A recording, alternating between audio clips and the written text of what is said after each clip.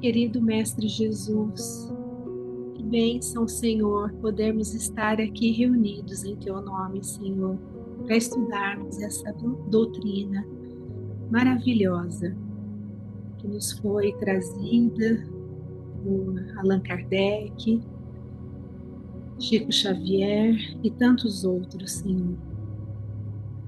Estamos estudando este livro, uma bênção do Senhor, e gostaríamos de dar as boas-vindas a todos os espíritos que estão dispostos a estudar conosco.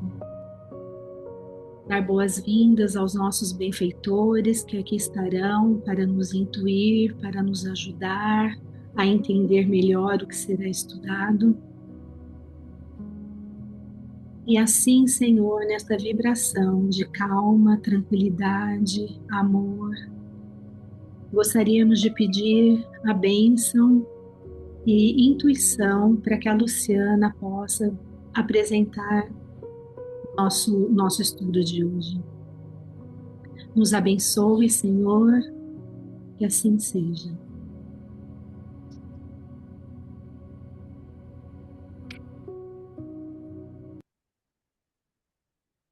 Muito obrigada, Adriana. Muito obrigado a todos pela presença. Então, hoje temos o início do capítulo 7. Esse já... 17. 17, isso, 17. Nossa, já estamos chegando ao fim do livro. Boa noite, Júlia. Boa noite. Onde que tem? Onde que é mesmo, amor, que libera? É aqui.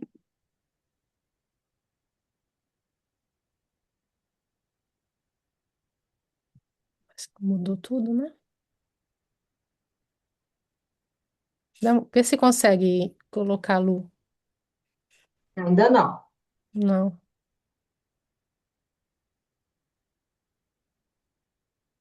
Mudou a configuração, só um minuto. Olhando. Aqui. Coloco a alô para ela. Foi? Sim.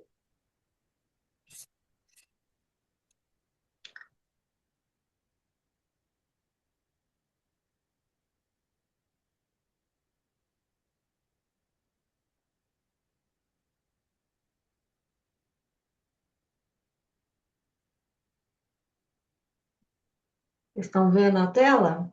Sim. Sim.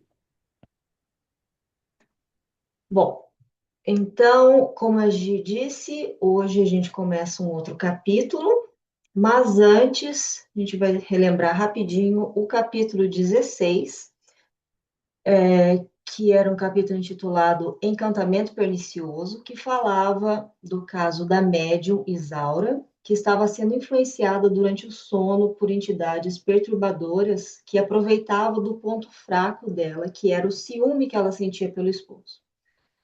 Os benfeitores, eles não interviam mais agressivamente no caso dela para não suprimir indebitadamente a possibilidade educativa daquela situação. Aí o Sidônio diz: só nos restaria deixá-la circunscrita aos círculos da mente em desespero, a fim de que o tempo lhe ensinasse o reajustamento próprio. Então, essas entidades, elas utilizavam o ciúme desenfreado que ela tinha para envenenar a sua mente com calúnias sobre o marido, dizendo que ele a traía a todo instante, mesmo nos momentos de oração, durante as sessões mediúnicas em seu lar. Então, eles diziam coisas absurdas, né? Aproveitando da fragilidade dela, que ela já tinha aquela desconfiança encabida do marido, e eles aproveitavam isso para dizer coisas que eram realmente mentiras, assim, absurdas. Então, eles se faziam de amigos dela, né? Se fazendo que entendia a situação dela, que eles achavam um absurdo que ele fazia com ela, e aí eles usavam isso para perturbar os seus sentimentos de mulher e, em seguida, aniquilar a possibilidade de missionária, tentando convencê-la de que a prática mediúnica era perigosa ao lado de companheiros hipócritas. Então, eles utilizavam primeiro dos ciúmes para atingir o principal objetivo deles, que era acabar com aquele grupo que estava trabalhando no bem, que fazia as reuniões na casa dela, que ajudavam os espíritos necessitados, que ajudaram a Margarida, o marido, né? Então, eles diziam a Isaura que as mensagens recebidas através da sua mediunidade eram de alta percentagem produto do seu próprio cérebro, sob influências de espíritos perturbadores e de sua sensibilidade agitada devido a exigências descabidas das pessoas que frequentavam a casa. Então, ele colocava a culpa da situação dela, todo que falava que todos que estavam ao redor dela eram mentirosos, que eles estavam enganando ela. A Alcidone esclarece que, apesar dela ter ouvido, a médium ter ouvido comovedora preleção evangélica, justamente sobre os perigos do egoísmo enfermiço, ela obscureceu o pensamento no ciúme destruidor e perdeu o equilíbrio íntimo. Ele também explica que eles não usavam a força, ou a violência, ou a repressão, por serem prejudiciais e não resolverem o problema, podendo até mesmo piorar a situação. Então, ele menciona a frase, né? Não adianta espantar as moscas e não curar a ferida.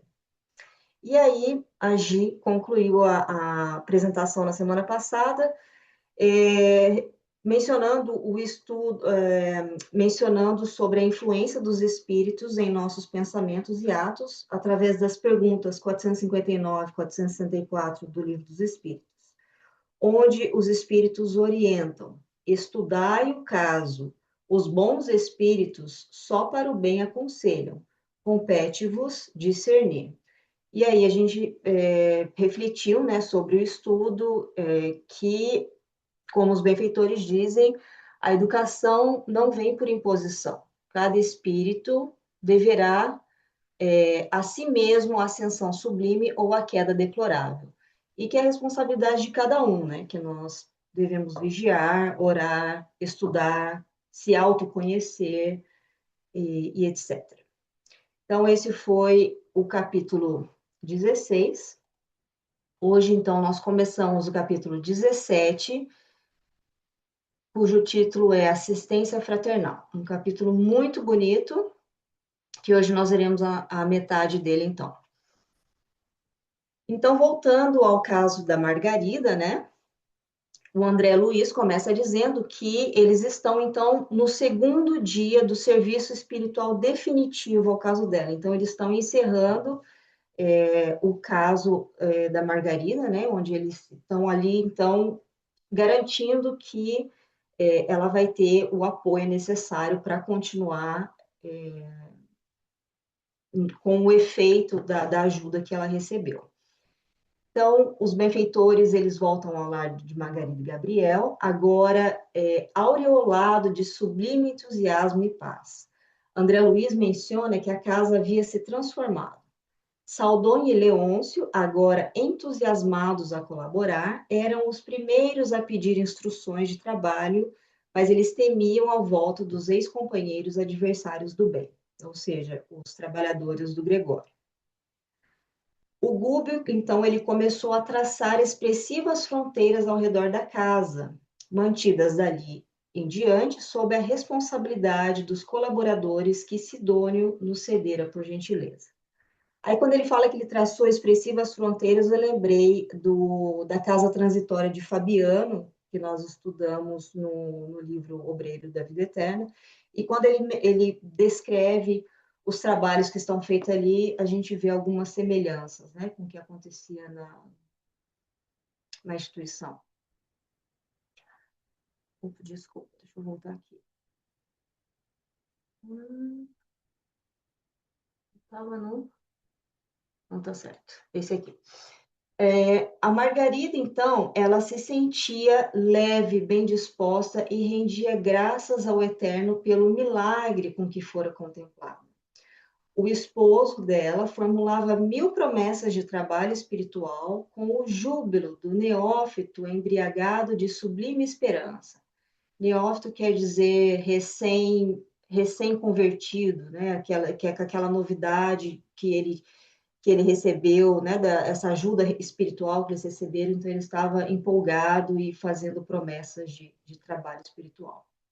Então a sua casa foi limpa, abriram as janelas, dando passagem a correntes de ar fresco, e o ambiente agora se reconciliava com a harmonia. Mas aí eles começaram a escutar gente falando alto lá fora, e o André Luiz diz que elementos da falange gregoriana gritavam por Saldanha, que compareceu junto de nós, desapontado e algo aflito. Aí o Gúbio, paternalmente, lhe recomendou: vai, meu amigo, e mostra-lhe o novo rumo. Tem coragem e resiste ao venenoso fluido da cólera. Usa a serenidade e a delicadeza. Então, ele, seguindo as instruções de Gúbio, ele foi dialogar com uma das entidades que estavam lá fora e que foram obter explicações sobre o caso de Margarida. Então, ele diz que ele chegou lá com a mão na cintura e tirando satisfações, né, do o que estava acontecendo ali. Ele queria saber por que estava tudo diferente ali. E aí, seguindo as orientações de Gúbio, Saldanha falou humilde e firme: meus compromissos foram assumidos com a própria consciência e acredito dispor do direito de escolher a minha rota. Aí ele zombou do Saldanha, né? E ele tentou entrar, ele tentou forçar a entrada. Aí o Saldanha o impediu de novo e ele partiu irritado, dizendo que contaria a Gregório. E aí o André Luiz menciona que após alguns instantes, outros voltaram e os mesmos quadros se repetiram. Então, eles estavam tentando ali descobrir o que estava acontecendo e queriam entrar na casa. Então, a gente vê a nova função do lar de Margarida e Gabriel. O Gúbio, ele colocou sinais luminosos na janela, indicando a nova posição daquele abrigo doméstico, opondo-se às manchas de sombra que provinham dali. E, naturalmente, atraídos por eles, espíritos sofredores e perseguidos, mas bem intencionados, apareceram em grande número. Aí a primeira foi uma senhora que aproximou-se suplicando ajuda a Gúbio, que atendeu-a imediatamente. André Luiz diz, e no pátio ao lado contou em pranto que se mantinha há muito tempo num edifício próximo, segregada por verdugos impassíveis que lhe exploravam antigas disposições mórbidas para o vício. Achava-se, porém, cansada do erro e suspirava por mudança benéfica. Penitenciava-se, pretendia outra vida, outro rumo, implorava asilo e socorro. Então ele consolou e prometeu que ele ia ajudá-la. E aí a gente vê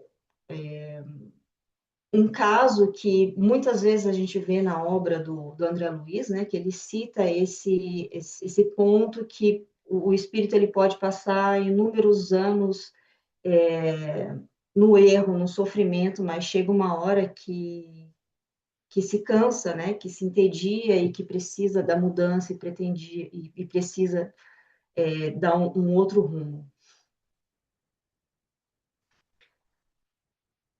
Então, a casa ela se transforma num pronto-socorro espiritual, né? André Luiz diz. Logo após, surgiram dois velhos. Ambos haviam desencarnado em extrema indigência num hospital. Revelavam-se possuídos de imenso terror. Não se conformavam com a morte. Temiam o desconhecido e mendigavam elucidações. Padeciam de verdadeira loucura.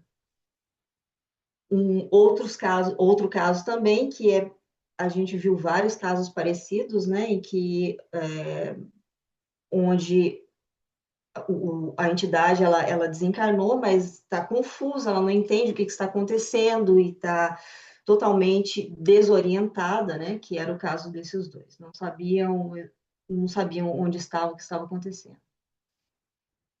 Um outro caso de uma curiosa dama compareceu pedindo providências contra espíritos pervertidos e perturbadores que, em grande bloco, lhe não permitiam aproximar-se do filho, instigando a embriaguez. Uma outra veio solicitar recursos contra os maus pensamentos de um espírito vingativo que não lhe dava ensejo à oração. A corrente dos pedintes, contudo, não ficou aí.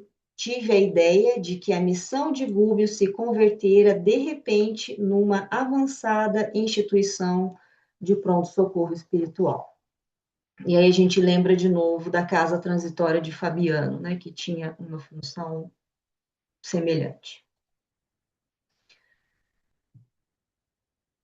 Em busca de renovação. Aí surgiram vários integrantes da falange de Gregório, afirmando-se dispostos à renovação de caminho. Um deles, em particular, surpreendera André Luiz. Ele disse: salvem-me dos juízes cruéis. Não posso mais, não suporto mais, por mais tempo as outras atrocidades que sou constrangido a praticar. Soube que o próprio Saldanha se transformou. Eu não posso persistir no erro. Temo a perseguição de Gregório, mas se é necessário arrostar maiores dores, enfrentá-las-ei de bom grado, preferindo-lhes o golpe fulminatório a regressar. Ajude-me, aspiro a nova estrada com o bem. Apelos como este foram repetidos muitas vezes. Aí, nessa parte, a gente tem uma ideia, né, da grandeza do planejamento dessa missão, quantos corações foram atingidos com essa mudança do Saldanha, né, que ali naquele grupo, com certeza, tinham muitos que estavam na mesma situação, de que eram subjugados, obrigados a trabalhar para o mal, na verdade, a intenção inicial nem eram espíritos más, digamos assim, como Saldanha, né? Não tinha uma má intenção, ele queria ajudar a família. Então, com certeza, muitos estavam ali na mesma situação e o fato do Saldanha ter se transformado foi como um incentivo para muitos deles para passarem por essa transformação também. Então, eles tinham muito trabalho pela frente. Então, os benfeitores se organizaram para o trabalho a realizar. O Eloy, a pedido de Gúbio, colocou-se à disposição dos que ali chegavam, ouvindo-os com paciência e prestando-lhes a assistência possível.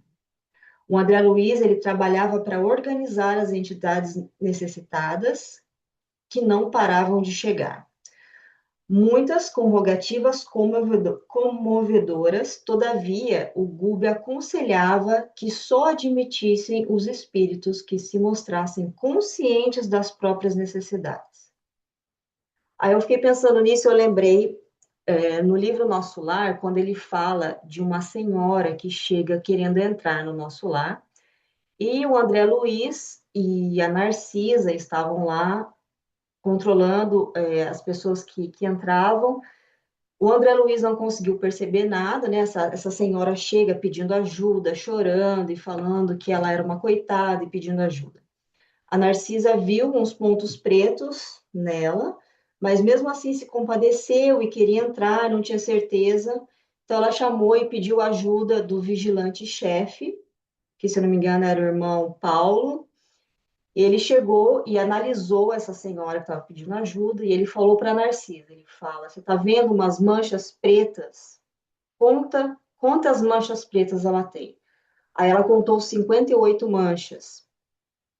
E ele disse que aquelas 58 manchas representavam 58 crianças, bebês que ela havia assassinado ao nascerem. E aí ele foi tirar satisfação com ela e falou, mas né, você não se sente arrependida de todos esses seres inocentes que você assassinou? E aí, quando ela viu que tinha sido desmascarada, ela ficou revoltada e ela se transformou e começou a xingar, blasfemar. E então foi uma lição para o André Luiz e para a Narcisa que ali estavam. E o vigilante-chefe explicou que se eles tivessem deixado essa mulher entrar naquele estado que ela estava, ela iria atrapalhar os trabalhos da instituição, iria causar uma confusão enorme. Então, por isso que a gente entende esse conselho de Google, né, que só admitissem os espíritos que mostrassem conscientes das próprias necessidades, porque senão atrapalhariam os trabalhos que ali estavam sendo feitos. E André Luiz menciona, de há muito aprender que uma dor maior sempre consola uma dor menor. Ele limitava-me a pronunciar frases curtas, para que os infelizes ali congregados encontrassem reconforto uns com os outros, sem a necessidade de doutrinação da minha parte. E aí, o último caso que a gente vê hoje é dessa irmã que chega em deploráveis condições, né? Ele menciona que ela tinha feridas extensas na face, e ele pede, então, que ela explicasse qual que era a sua experiência, o que estava acontecendo. E ela diz, ai de mim, a quem a paixão cegou e venceu, transportando-me ao suicídio. Mãe de 2 filhos, não suportei a solidão que o mundo me impusera com a morte de meu marido tuberculoso. Olvidei o lar, os filhos, os compromissos assumidos e precipitei-me no vale fundo dos sofrimentos inenarráveis. Leviana que fui, quando me vi só e aparentemente desamparada, entreguei meus pobres filhos a parentes caridosos e sorvi, louca, o veneno que me desintegraria o corpo menosprezado. Supunha reencontrar o esposo querido ou chafurdar-me no abismo da inexistência. Todavia, nem uma realização nem outra me surpreenderam o coração. Despertei sob denso nevoeiro de lama e cinza e debalde clamei socorro, à face dos padecimentos que me asfixiavam. Coberta de chagas, qual se o tóxico letal me atingisse os mais finos tecidos da alma, gritei, sem destino certo. Então, André Luiz pergunta, e não conseguiu retornar ao santuário doméstico? Ah, sim, fui até lá, mas para acentuar minha angústia. O toque do meu carinho nos filhos amados provocava-lhes aflição e enfermidades. As irradiações de minha dor lhes alcançavam os corpos tenros, envenenando-lhes a carne delicada através da respiração. Quando compreendi que minha presença lhes inoculava pavoroso vírus fluídico, deles fugi aterrada. É preferível suportar o castigo de minha própria consciência isolada e sem rumo que infligir-lhes o sofrimento sem causa. Experimentei medo e horror de mim mesma. Desde então, perambulo sem consolo e sem norte. É por isso que venho até aqui implorando alívio e segurança. Estou cansada, vencida. Aí André Luiz conforta dizendo, convença-se de que receberá os recursos que pleiteia por intermédio da prece. Esclareceu, prometendo-lhe a colaboração eficiente de Google. A pobrezinha sentou-se mais calma. E aí, quando ela fala de vírus fluídicos, eu queria que a gente refletisse aqui. Eu peço desculpas, o texto é meio grande, mas eu achei importante. Então, no livro Obsessão e Suas Máscaras, da doutora Marlene Nobre, que é um estudo das obras de André Luiz, e é um estudo específico sobre a obsessão, que abrange todos os livros da coleção A Vida no Mundo Espiritual, tem essa parte que ela fala de infecções fluídicas. Então, ela diz assim, da mesma maneira como existem infecções orgânicas, acontecem também as fluídicas. Muitos desencarnados, movidos por vingança, empolgam a imaginação dos adversários encarnados como formas mentais monstruosas, classificadas pelos instrutores espirituais como infecções fluídicas, com grande poder destruidor, podendo levar até a loucura. Outros imobilizados em paixões egoísticas, reconhecidos a pesado monodeísmo, permanecem junto dos encarnados sem forças para continuar a luta evolutiva. Alguns, do mesmo modo que os ectoparasitas temporários, procedem à semelhança dos mosquitos e dos ácaros, absorvendo as emanações dos encarnados que com eles se afinam. Mas para muitos outros ainda, quais endoparasitas conscientes, após se inteirarem dos pontos vulneráveis de suas vítimas, segregam determinados produtos dentro do quimismo que lhes é próprio, derramando-os sobre os pontos vulneráveis de suas vítimas. Esses produtos, conhecidos como simpatinas e aglutininas mentais, têm a propriedade de modificar a essência do pensamento dos encarnados, que vertem contínuos dos fulcros energéticos do tálamo no diencéfalo. São manobras frequentemente utilizadas em intrincados processos de vampirismo e que provocam nas vítimas um regime de pavor ou de guerra nervosa, alterando-lhes o psiquismo ou impondo prejuízo constantes nos tecidos orgânicos. Então, quando essa última vítima diz que ela... É interessante que ela teve essa consciência, né, de que ela estava prejudicando os filhos, que ela estava alterando os tecidos orgânicos dos filhos, deixando-os doentes, mesmo que ela não tinha essa intenção de prejudicá-los. Então, foi por isso que ela ficou aterrorizada e ela estava perdida, né, sem saber o que fazer e precisava de ajuda. Então, por hoje é isso. Continuo na próxima semana com o Ali.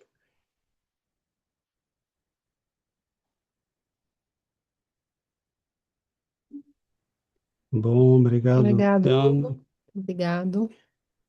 Então, realmente é um capítulo extremamente, né, rico, com uma quantidade de casos que cada um vale a pena, né? Ou se tivéssemos, né, esse tempo, nós poderíamos parar em cada um praticamente, mas é muito interessante como ele mostra, né, que o trabalho do bem é um trabalho organizado, estruturado, é um trabalho que compreende a caridade, a compaixão, mas ao mesmo tempo a firmeza, né, de separar o joio do trigo, para acolher, né, aqueles que realmente necessitam e estão dispostos a mudar. É muito interessante como a casa passa, né, de uma instituição ocupada por dezenas de espíritos obsessores a um ponto de referência para acolho de necessitados, né? Então, nós sabemos que isso é o que acontece geralmente com as casas que realizam o culto do evangelho, que oram, né? Então, tornam-se pontos em que os benfeitores passam a atuar e, obviamente, aí nós entendemos, né, o que algumas vezes ouvimos em reuniões mediúnicas, quando os espíritos nos dizem, e às vezes, né, nós achamos que fazemos muito pouco, o que é verdade, mas eles dizem, né, não desistam, continuem, trabalhem, né, e porque o trabalho do lado de cá é muito maior do que vocês imaginam, né? E quando André Luiz nos mostra esse quadro, aí nós entendemos do que é que eles estão falando, né? Porque esse é um lar que estava sofrendo essa transformação de maneira provisória, que vai garantir que isso continue. Será que o marido e a Margarida vão realmente continuar, né, no trabalho espiritual? Vão aproveitar esta ocasião, esta oportunidade, né? O marido parece que se converteu, né, ao novo conhecimento. Então, é certo que a casa não será mais um abrigo, né, de dezenas de obsessores, porque este quadro já foi alterado, mas se ela continuará sendo um posto de luz, aí já é outra história, né? Isso depende da continuidade da atitude, da transformação.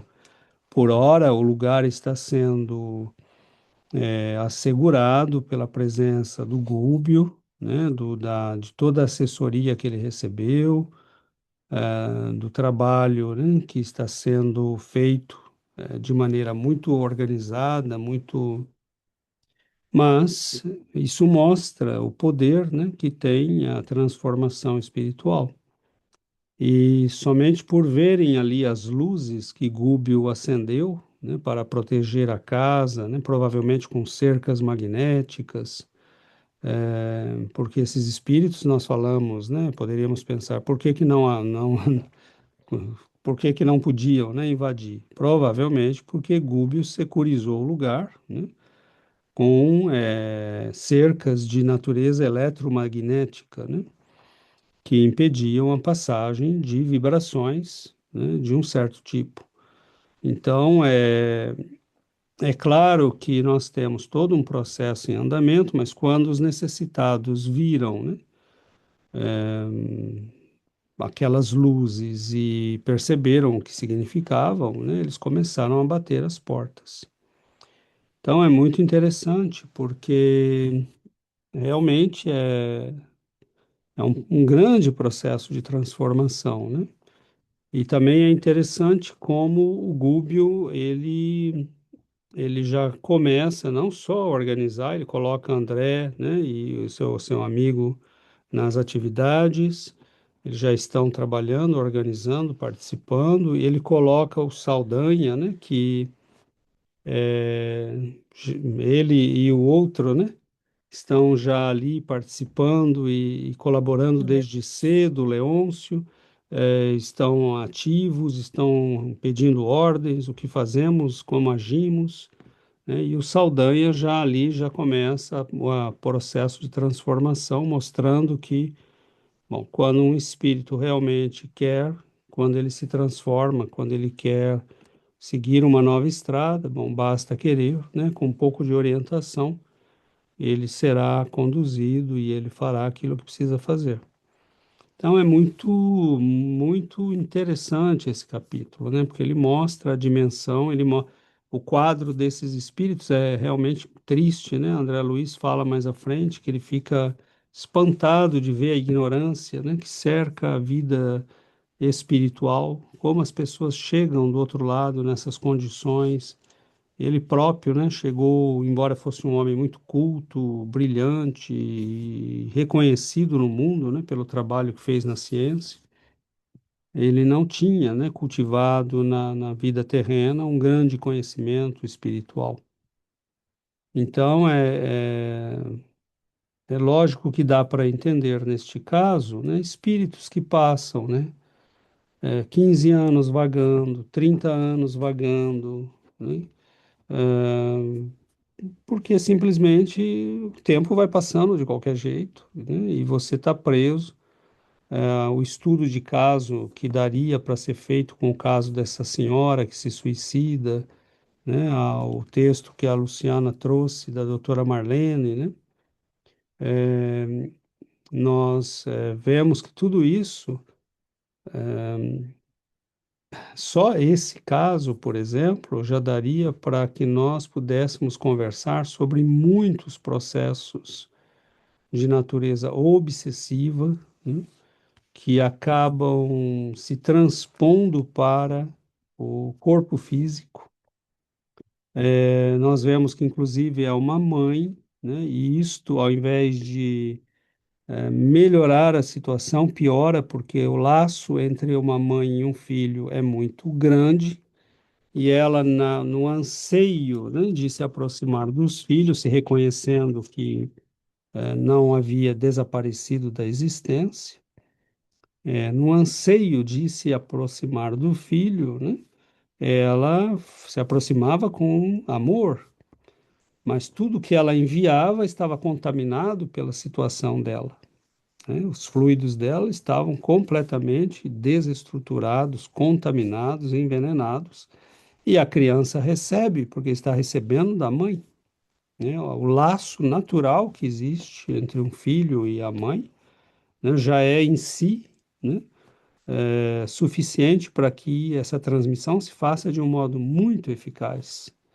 e ela, graças a Deus, percebeu, né, que estava causando prejuízo.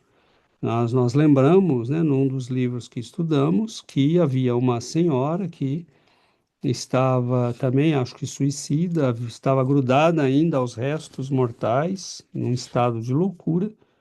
E André Luiz pergunta ao benfeitor, né, por que que nós não a tiramos daí, né, dessa situação? E ele fala, porque se ela sair daí, ela vai procurar os filhos, né, e ela pode enlouquecê-los, mesmo matá-los, né? Então, isso explica, né, que o amor que está doente, né, que não tem noção da própria nossa situação, pode fazer estragos, mesmo que seja aparentemente em nome do amor, né? Então, são vários casos, né, e mostram espíritos sendo abusados, né, prisioneiros de outros espíritos, escravizados por mentes, mais vigorosas. Essa realidade terrível do mundo espiritual, mas aí nós nos lembramos que essa é a realidade também do nosso planeta, né? E não é muito diferente, né? Tá cheio de gente aprisionado em calabouços, trabalhando, né, para gangues que exploram a prostituição, o crime, né, os jogos.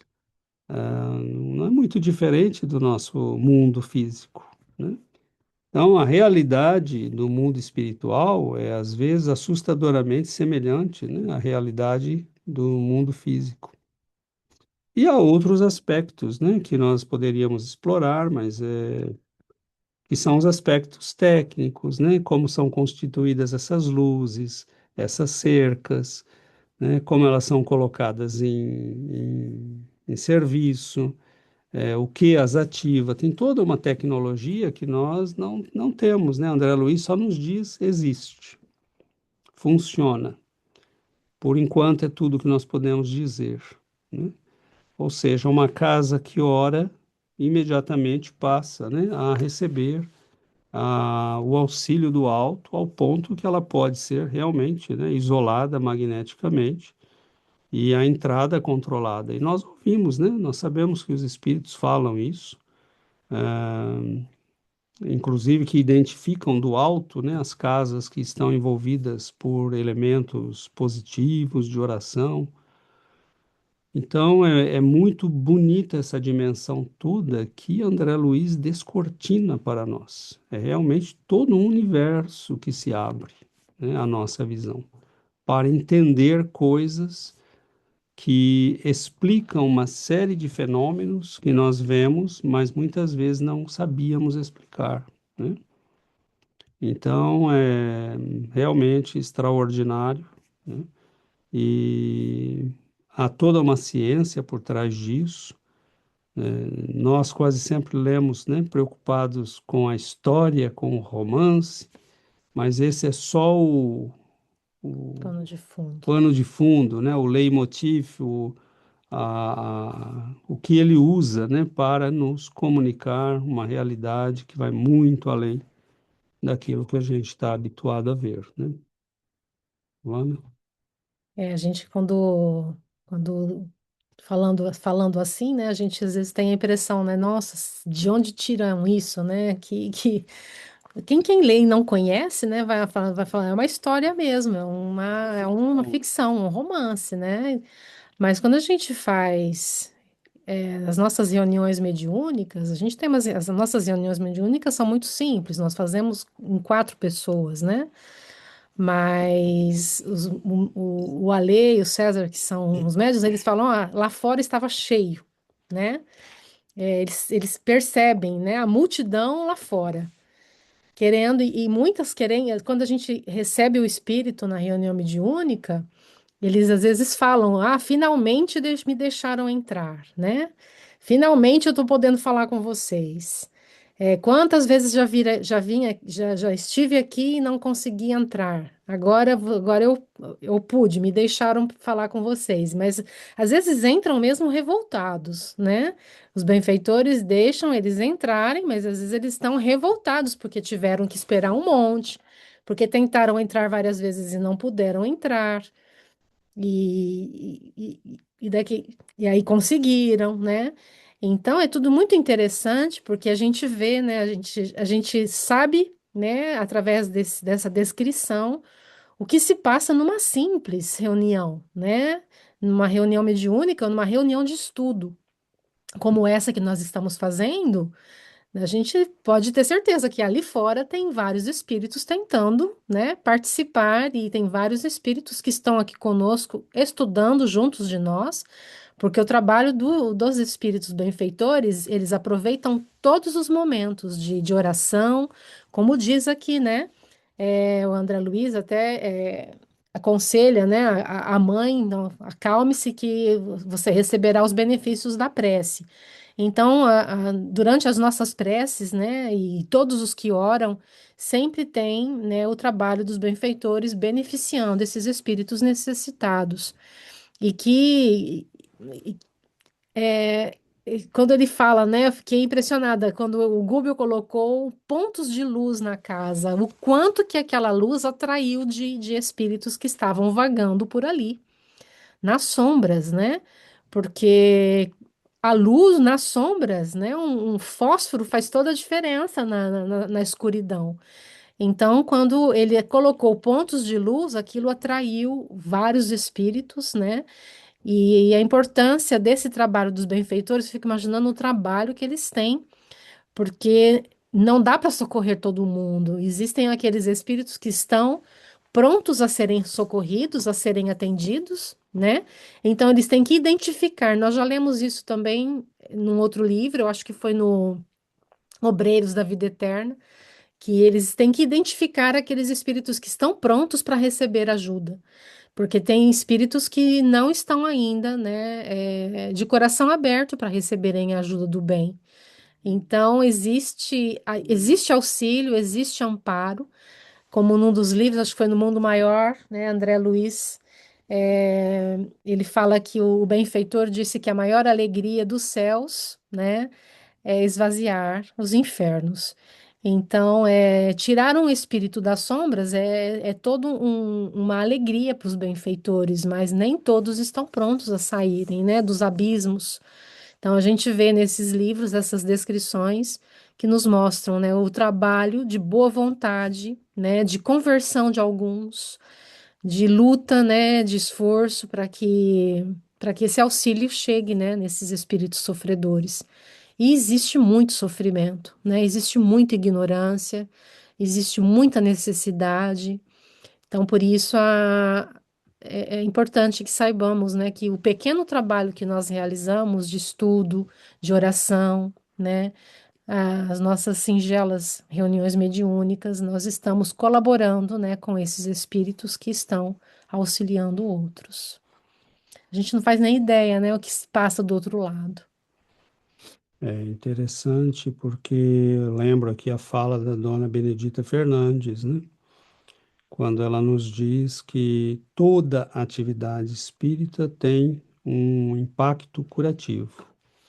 Toda, Mesmo a leitura de um livro. mesmo a leitura de um livro.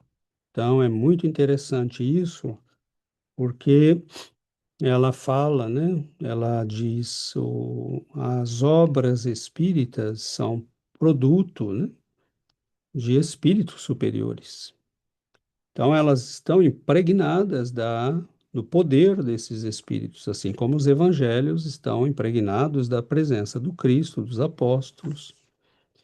E quando nós simplesmente lemos, né, há um impacto curativo que vem da própria energia que está impregnada, né, nessas obras, nessas mensagens.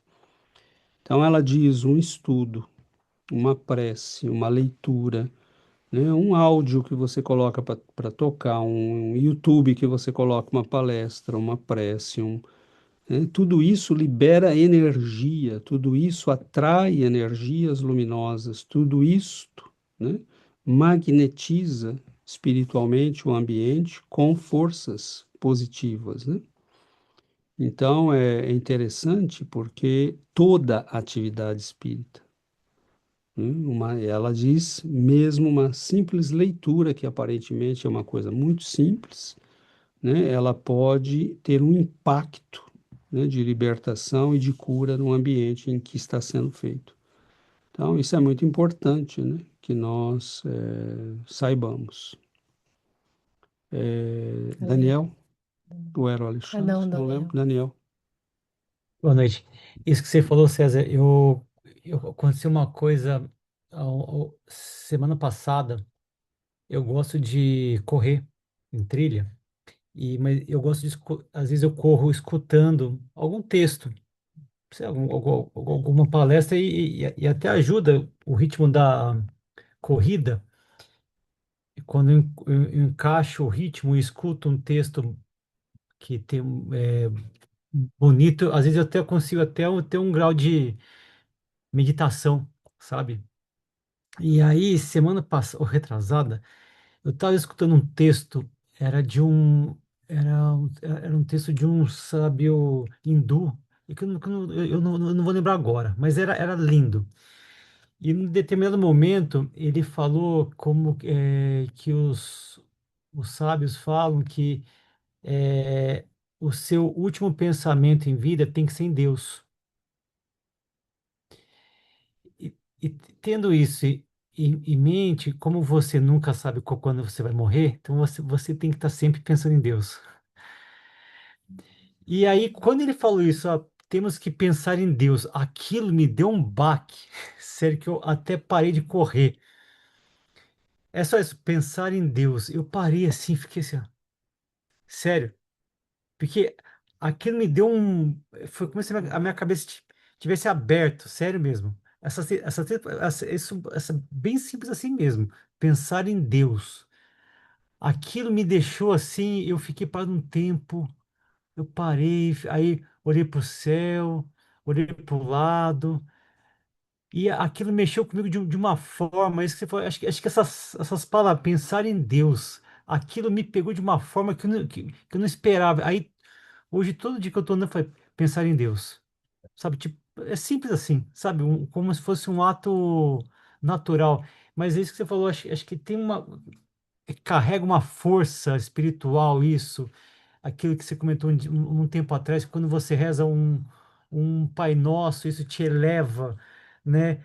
A milhares de anos, de milhões de pessoas que estão rezando isso, te coloca isso nessa mesma frequência. Então, algumas palavras tão carregadas que têm esse poder, né, de te transportar para essa faixa vibratória. Eu não sei se é isso, mas foi isso que eu senti ali.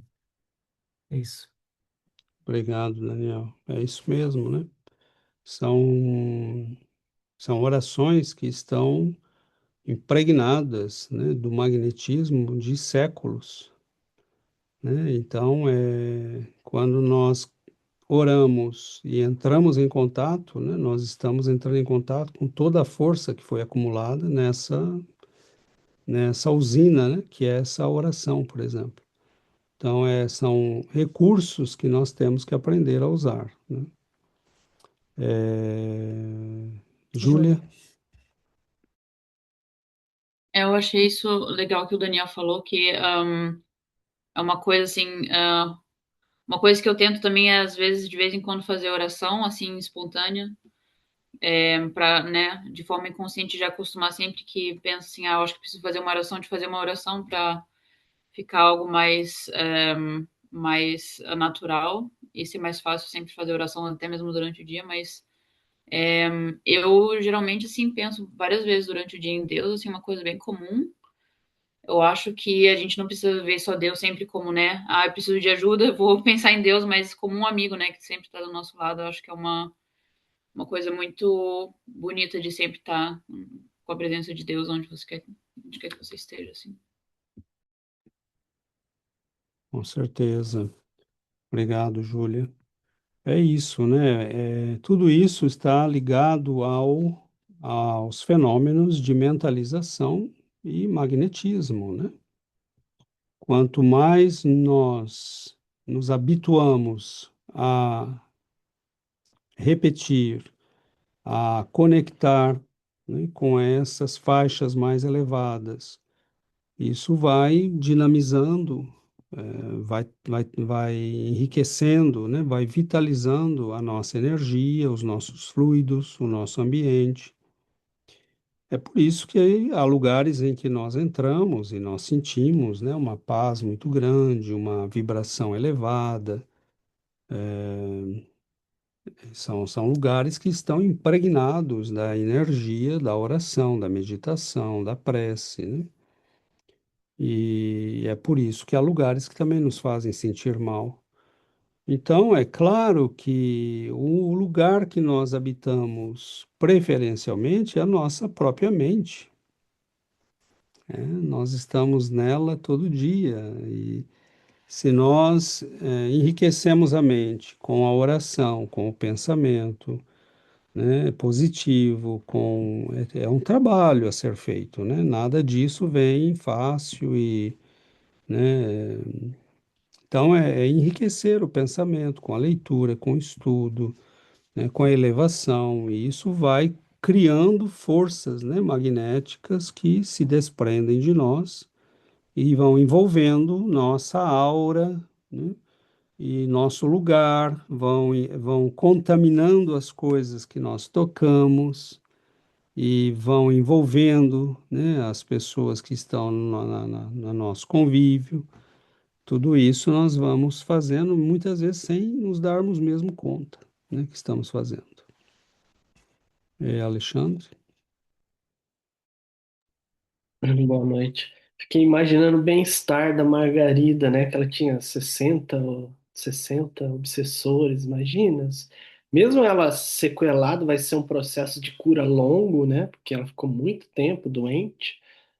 O bem-estar que isso deve ter dado, né? O marido, a empolgação, tudo. E fiquei muito esse negócio que que a Gi falou das luzes, né? Nossa, fiquei imaginando assim, que fosse uma das únicas casas iluminadas do quarteirão, né? Aquelas pessoas saindo curiosas para ver, as pessoas indo buscar ajuda, vizinho, né? Todo mundo próximo ali vendo aquilo. Fiquei imaginando aqueles restaurantes, aquelas lojas, né? Sobre nova direção, né? Mudou, põe a plaquinha lá sobre nova direção, agora Jesus no comando, né? Fiquei imaginando, foi muito rápida a mudança, né?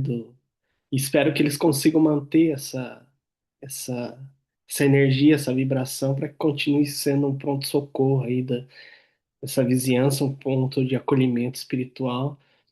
Mas me impressiona como mudou, né? Era uma trincheira de obsessores e de repente virou um ponto de apoio, de amor, que as pessoas podem buscar uma mudança, um pouco de fé, um pouco de, né? Esperança. Esperança. Isso que me chamou bastante atenção. Bom, obrigado, Ale, Giovana. A gente não pode esquecer que nós estamos, a casa da Margarida é uma casa no mundo físico, né? E existe todo um trabalho espiritual acontecendo ali. Então, assim, aqueles espíritos todos que chegaram ali são espíritos que vivem conosco no mundo aqui, né? No mundo, eles estão vivendo conosco, partilhando das nossas vidas. E ali eram espíritos que estavam na vizinhança daquela casa, né? Então, é um trabalho espiritual que é realizado aqui no mundo, né? Onde estão esses espíritos necessitados, porque muitos espíritos, eles desencarnam e ficam e continuam vivendo aqui juntos de nós, né? Eles continuam presos porque estão perdidos, né? Eles, como César disse, tem alguns espíritos, eles estão há 15 anos, né? Perdidos, andando, vagando, sem saber para onde ir e sem saber o que fazer, não sabe o que aconteceu. Muitos são trazidos depois de terem passado durante vários anos mesmo dormindo, né? Porque às vezes os espíritos chegam e falam: eu não sei onde eu estava, quem me tirou de lá, eu sei que se a gente pergunta do que você lembra, né? A pessoa está assim completamente, né, desconectado. Então, assim, a realidade espiritual é realmente algo assim que às vezes assusta, porque muitos espíritos, essa maioria, né? Partindo daqui do mundo, passa para o mundo espiritual, perdeu só o corpo, mas continuam vivendo, né, a vida do mundo, vivendo assim, onde as pessoas estão, tentam chegar nos filhos, né, como o caso dessa mãe. E aí, quando eu li essa parte dessa mãe, né, que fala que adoeceu os filhos, eu me lembrei de um caso no livro Memórias de um Suicida.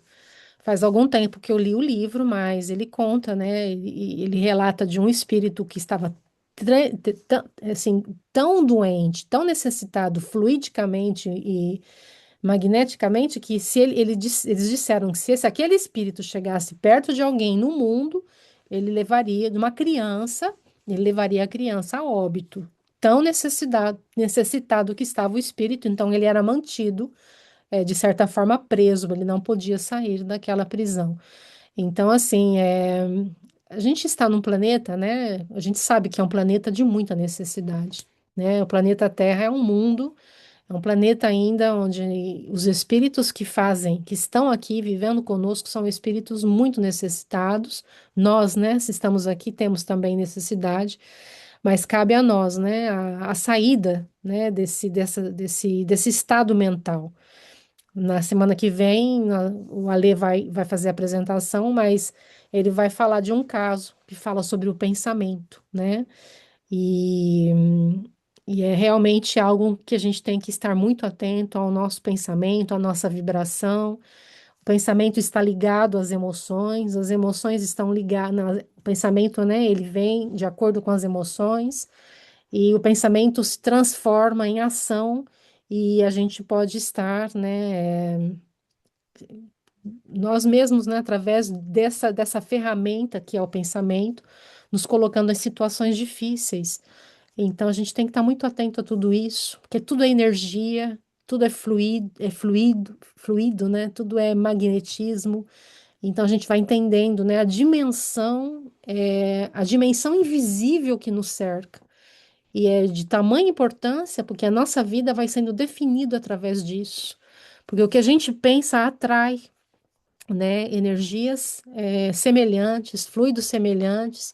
Então, o nosso pensamento, ele atrai espíritos, nós nos conectamos a outros que pensam como nós, então a gente tem que estar selecionando realmente pensamentos, né, pensando em Deus, como disse o Dani, em Jesus, em oração, eu criei o hábito de, quando eu estou, assim, de recitar, né, um salmo, e isso faz muito bem, porque a gente vai se conectando, né, com o mundo espiritual superior, né, e atraindo os bons espíritos para perto da gente.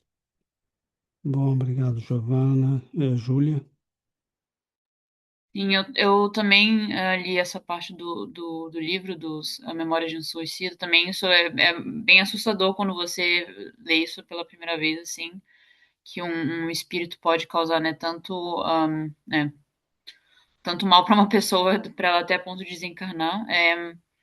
Mas não só isso, não só pensando nos suicidas, mas também em outras pessoas que desencarnam, né? Quando você. A internet tá meio ruim? Vocês estão me ouvindo? Tá bom. É, né, essa coisa de quando uma pessoa que você ama, né, desencarna, ficar pensando na pessoa de forma assim muito possessiva, assim, eu queria que essa pessoa estivesse aqui também, né? Atrai sempre, né, essa coisa da energia ruim, né? Essa conexão ruim, não pelo amor, mas através, né, dessa coisa da posse também, que é sempre importante pensar na pessoa com amor, né, com cuidado, assim, tipo, que ela fique bem e não, eu queria que ela tivesse aqui, por causa que isso sempre cria também essa energia, né, ruim entre as duas pessoas, né, entre a pessoa que desencarnou e a pessoa que está encarnando. Obrigado, Júlia. É isso, né? Nós temos, há um aspecto desse estudo, né, que nós não temos, que está subentendido, né, que é de todos esses estudos, na verdade, né, que é a questão do perispírito, né? E o perispírito, ele está nessa situação de elo intermediário, né, de corpo que nos liga ao corpo físico, mas que é também o nosso corpo na vida espiritual, mas que tem uma dimensão de plasticidade muito grande. Então, é aí que vem, né, é aí que nós entendemos que quando estamos na Terra, o corpo físico serve como um contrapeso, né? Ele é nós damos uma vibração ao perispírito que não consegue imediatamente agir sobre o corpo físico, né? Leva tempo, repetição. Mas quando nós perdemos o corpo físico, né, você tem aquilo que Emmanuel fala, né? A revelação da morte revela quem você é, porque o teor das emoções, dos pensamentos habituais da pessoa, das ideias repetitivas, tudo aquilo, né, está impregnado no perispírito, e ele sendo um corpo de natureza plástica, né, no sentido de que ele é moldável, ele assume, né, a condição emocional, vibratória, mental do espírito é imediatamente refletida, né? Não leva o tempo que leva no corpo físico para se transferir, né? Porque as moléculas do corpo físico são de uma estrutura mais pesada, né? Então você pode fazê-lo, mas leva tempo, na maioria dos casos, né? Mas nós vemos que dependendo do caso pode não levar tanto tempo assim. Mas no plano espiritual, um espírito que é um mendigo espiritual, ele vai ter a forma do mendigo espiritual, porque ele está. Essa é a condição dele, e sendo o corpo perispiritual um corpo, né, que reflete imediatamente a mente, ele vai assumir a forma, né? Então é aí que nós vemos quadros que são surpreendentes, né? E situações que são inusitadas. A Giovana falou que dá né, chega a dar um certo susto, né, tudo isso, mas é realmente porque nós nos assustaríamos se víssemos a verdadeira forma de muitas pessoas nesse mundo, né? E tanto para o bem quanto para o mal. Então, é aí que nós entendemos que na vida espiritual não tem esse esconderijo que é o corpo físico, né, a matéria, né? Então, ele é um mundo que é muito mais assustador e pode ser também muito mais belo que o nosso, né? Mas com certeza nós vamos ver coisas que estão no emocional e no mental das pessoas expresso no corpo que elas têm no plano espiritual. E é aí que nós vemos que né, esses textos e essa orientação que nós recebemos é uma orientação para nos preparar para a vida e para a verdadeira vida, né? Porque nós colheremos inevitavelmente o que fizemos de nós mesmos. Nós seremos, né, a morte, como diz Emmanuel, ela é o revelador, né? O corpo é o negativo, né? A morte revela o que está fotografado e escondido nesse negativo. Então, que é o perispírito e a sua verdadeira forma, né? Então é muito interessante como é extraordinário, né? Isso não tem, é extraordinário.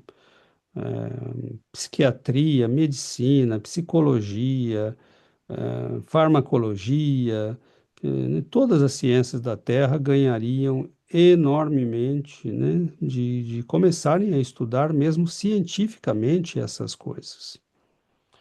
Então, há trabalhos hoje em dia, né, que mostram, por exemplo, que você pode identificar, né, por padrões de medida eletromagnética no corpo, né, das pessoas e mesmo a proximidade do corpo das pessoas, há pesquisas que já estão sendo feitas, né? E você pode identificar, por exemplo, o aparecimento de uma gravidez. Você pode identificar uma psicose que está em vias de se manifestar. Então, de onde vem, né, tudo isso? Nós espíritas já sabemos de onde vem, né? André Luiz vai definir a aura e o perispírito, né, como um corpo mento eletromagnético. Então, a ciência da Terra está aos poucos entendendo, né, que há em nós algo muito mais interessante aí a ser pesquisado, entendido, do que é simplesmente o corpo físico, mas que não é tão simples assim, diga-se de passagem. Mas é isso, nós com certeza, né, nós já temos um arcabouço teórico e prático que nos permite curar, porque veja o fenômeno que aconteceu com Margarida. Como é que você explica isso para a medicina, para os médicos que ela visitou, para as pessoas que a conheciam? A mulher estava à beira da morte, né, com uma contaminação fluídica cavalar, né? Então, tomada por ovoides, né? Destruindo, sugando sua energia, ela estava com os dias contados. E, de repente, uma sessão mediúnica, o afastamento do obsessor e do hipnotizador, e essa mulher, né, está leve e E a proteção saltitante, da né, casa para que a outros não se proteção da aproximem. casa, né, eles construíram todo um trabalho. E é por isso que a pessoa que vai a um trabalho de desobsessão ou que começa a frequentar o centro, a receber passe, ela tem que fazer a parte dela, né? Porque senão ela continua vulnerável. Foi por isso, inclusive, que Gubbio não interviu antes, né? Ele precisava construir uma situação em que a própria Margarida e o esposo estivessem convencidos da necessidade, né, da mudança e da adesão. Então, é todo um trabalho, né, que deve, na verdade, nos inspirar na reflexão de como trabalhar no bem, né? Quais são as condições para que ele funcione. Então, é muito bonito, realmente muito bonito.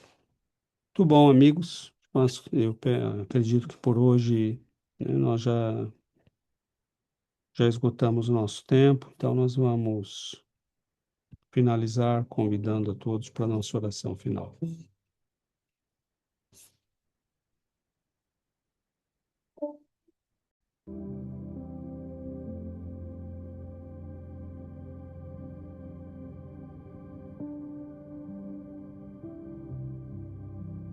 Querido Mestre Jesus, queridos benfeitores, que nós possamos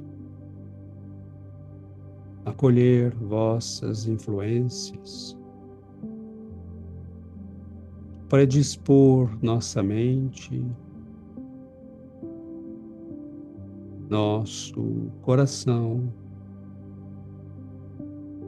a estas luzes, a estes pensamentos superiores, que nós possamos lembrar, Senhor, que a cura começa em curarmos nosso coração, em renovarmos nossa mente, em alterarmos nossas atitudes. Que nós possamos, Mestre, nesta escola do infinito, na qual nos matriculamos tão recentemente, que nós possamos desvendar com alegria os mistérios da vida, poder da transformação de nós mesmos, poder do bem e do amor, como condutores do nosso destino. Que o Senhor nos abençoe, o Senhor nos ilumine, que nossos corações possam aprender o caminho do bem. Guarda-nos, Mestre, abençoe nossos amigos, familiares, aqueles precisam de nossas orações, nossos irmãos que acompanham da vida espiritual estes momentos de alegria, de reflexão e de paz.